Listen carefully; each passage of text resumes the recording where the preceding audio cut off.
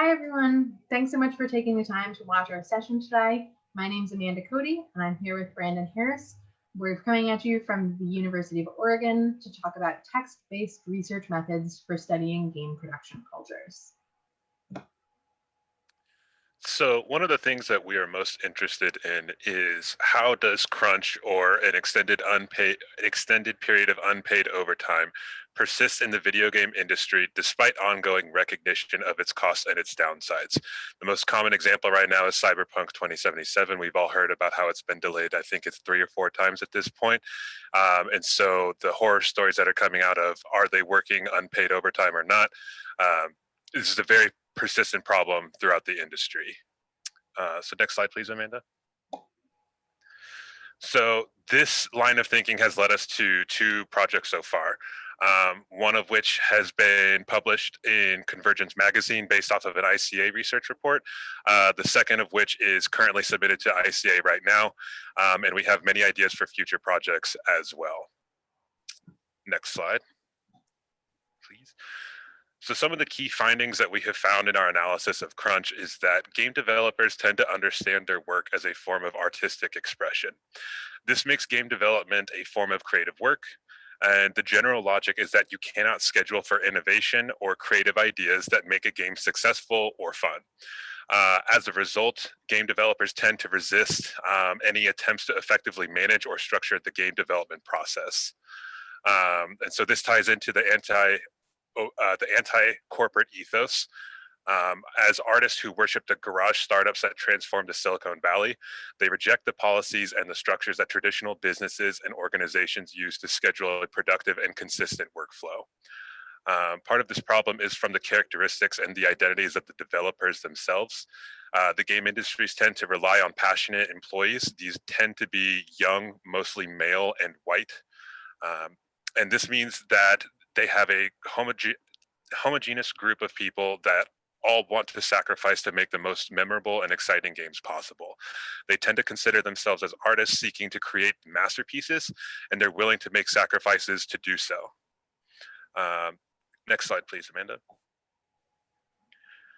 So some other key findings is that developers distinguish between good and bad crunch. So we are defining good crunch as internally assigned, crunch that is scheduled or planned in advance, or crunch that is necessary to create the best game possible. Whereas bad crunch would be externally scheduled by a publishing studio or to make a demo for E3 or to meet a specific funding milestone. Or extended periods of crunch, which were often defined in terms such as death march or up to 6 to 12 months. And so the last key finding is that when we strive for good crunch over bad crunch, this is actually a form of cruel optimism. And so Berland 2011 describes cruel optimism as a relationship where something you desire and that object of desire actually impedes your ability to solve the goal. So for game developers, crunch is the source of cruel optimism because distinguishing between good and bad crunch prevents developers from imagining a completely crunchless form of development. Next slide, please, Amanda. So how do we come up with all these conclusions? We used inductive critical discourse analysis, so the work of Norman Fairclough, for anybody that wants to read up more on that. But so we conducted this inductive critical discourse analysis of all issues of Game Developer magazine that were published from 2000 to 2010. There were 125 of these in total, but this is also the first decade in which serious conversations about quality of life started to occur in game development spaces. This reinforced and updated to present using game developer conference videos archived in their proprietary vault. We found using keywords crunch and quality of life, so that helped us find all of the articles, videos, and presentations that we used in this project. And the choice to include the GDC videos emerged from the fact that Game Developer shut down as a magazine in the early 2010s. The structure and the focus of the publication changed significantly. But these videos share the target audience of game developers and those that are still working in the industry. And the goal has stayed the same, in which they continue to provide an inside look at how industry members discuss crunch amongst their peers. And this is especially important to think of when we consider the culture of secrecy maintained by the frequent use of NDAs. Next slide, please, Amanda. So what Brandon was talking about, obviously, we put together this very hybrid data set of magazine issues, looking at all of their articles, focusing particularly on things like postmortems, where developers talked about the strengths and weaknesses of their analysis. We looked at those for a period of time, but then had to build out the data set using some other sources. So the fact that we have this little bit of a hybrid model might lead you to ask, why did we use textual analysis in the first place? Why did we choose this method rather than, for instance, interviewing developers or observing a studio? And we focus on textual analysis first because we think it has some really key strengths that are useful for understanding the industry as a whole. For instance, a big issue that we all have when we try to study the industry is the question of access. As Brandon nodded to on his last slide, developers sign very extensive non-disclosure agreements. Studios often require these and can be somewhat draconian in enforcing them. So this leads to what Casey O'Donnell has, of course, described as an overall culture of secrecy within the video game industry, where developers are so concerned about potentially violating their NDA that they won't even talk about broad best practices or broad trends within the video game industry. So gaining access to a studio or gaining access to developers' interview can be really difficult. But there are a lot of existing press sources that we can use instead as a source of information. For instance, we drew on Game Developer Magazine and then the GDC Vault.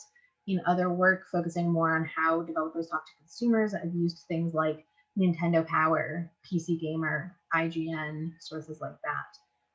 A lot of these press sources are archived in university libraries. I know the two universities I've been at thus far both have extensive shelves of magazines, nice and neatly bound for people's research purposes. Game Developer, when they closed down as a magazine, did a whole online archive. That's where we got the information for this study.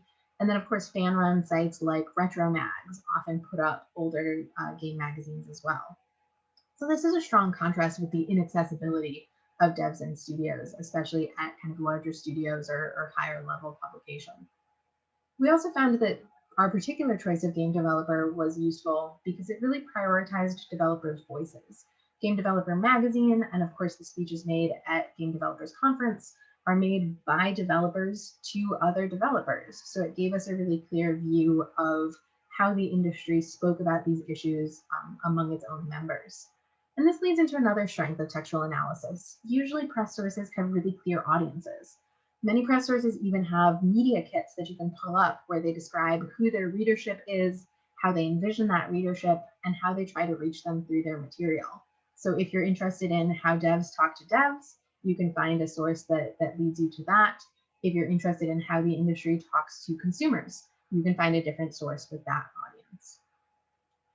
Finally, we found textual analysis to be really helpful for this particular project because we were interested in the question of how crunch persists over time, even though people have recognized the inherent issues in that practice.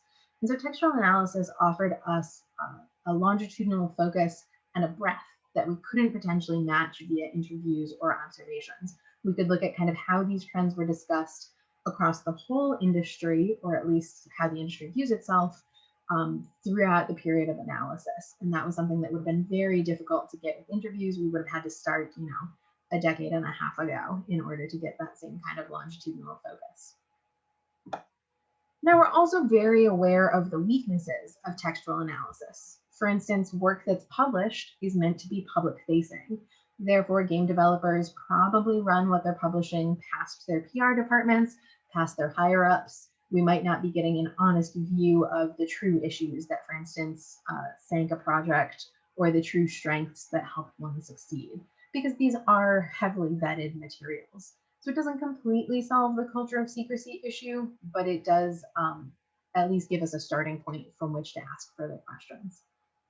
Another challenge of textual analysis is that the text is what you have. If you have questions about it, if the theme or the tone of it seems unclear, it can be really difficult to follow up and seek more information. Whereas if you're doing something like an interview or an observation, you can adjust your questions dynamically to ask people when you need more details.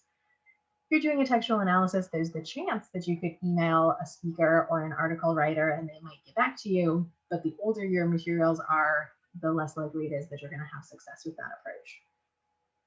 There's also a weakness in terms of textual analysis in that certain topics are likely to be considered more newsworthy than others. Certain topics are likely to be covered more than others. So for instance, games that are runaway successes or games that are really big flops probably get more attention than more middle of the road titles. Games that add to famous franchises or games that are licensed are likely to be covered perhaps more than some original property due to the transmedia potential there. And of course, games by famous developers probably get prioritized over games made by people who don't have a big name behind them. So what stories are told and how the industry is covered definitely has some biases. For instance, larger studios probably get more attention than smaller studios. So we need to be aware if a archive leaves out things like hobbyist developers or leaves out things like smaller indie studios, if it overemphasizes the views of AAA, these are things that we should be aware of and should frame as limitations of our work. Finally, the scope of textual analysis can be a bit of a challenge. And by scope, I mean textual analysis comes with the unique challenge of having perhaps at times too much material. As I mentioned earlier, there are a lot of archives of a lot of written material about games. So choosing which publications you're interested in, what years you're interested in, what articles within those publications are most of interest to you can be a bit of a challenge. And so it's really important that your research question and your specific interests drive the work you do. I'm not saying don't be open to finding new things. Some of my most interesting pieces have emerged, from the ground up out of wallowing around in an archive. But if you're losing track of the project, if you're losing track of the argument you're trying to make, the claims you're trying to make, or the topic that you were interested in the first place, then you're running into an issue of scope.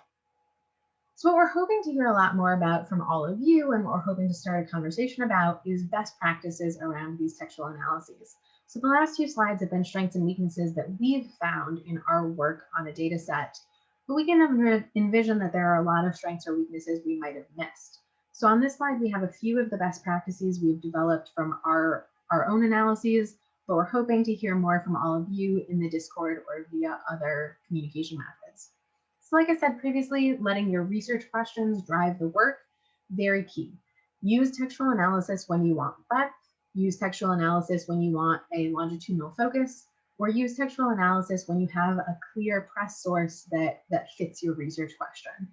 Textual analysis might not be useful if you want to deep dive into a specific studio, the creation of a specific game, or if you want to see how day-to-day life in an industry functions. We also think that textual analysis could be really helpful as a starting point for a foundation. In fact, we're hoping as our work moves forward to start beefing up our textual analysis with interviews and with some observations.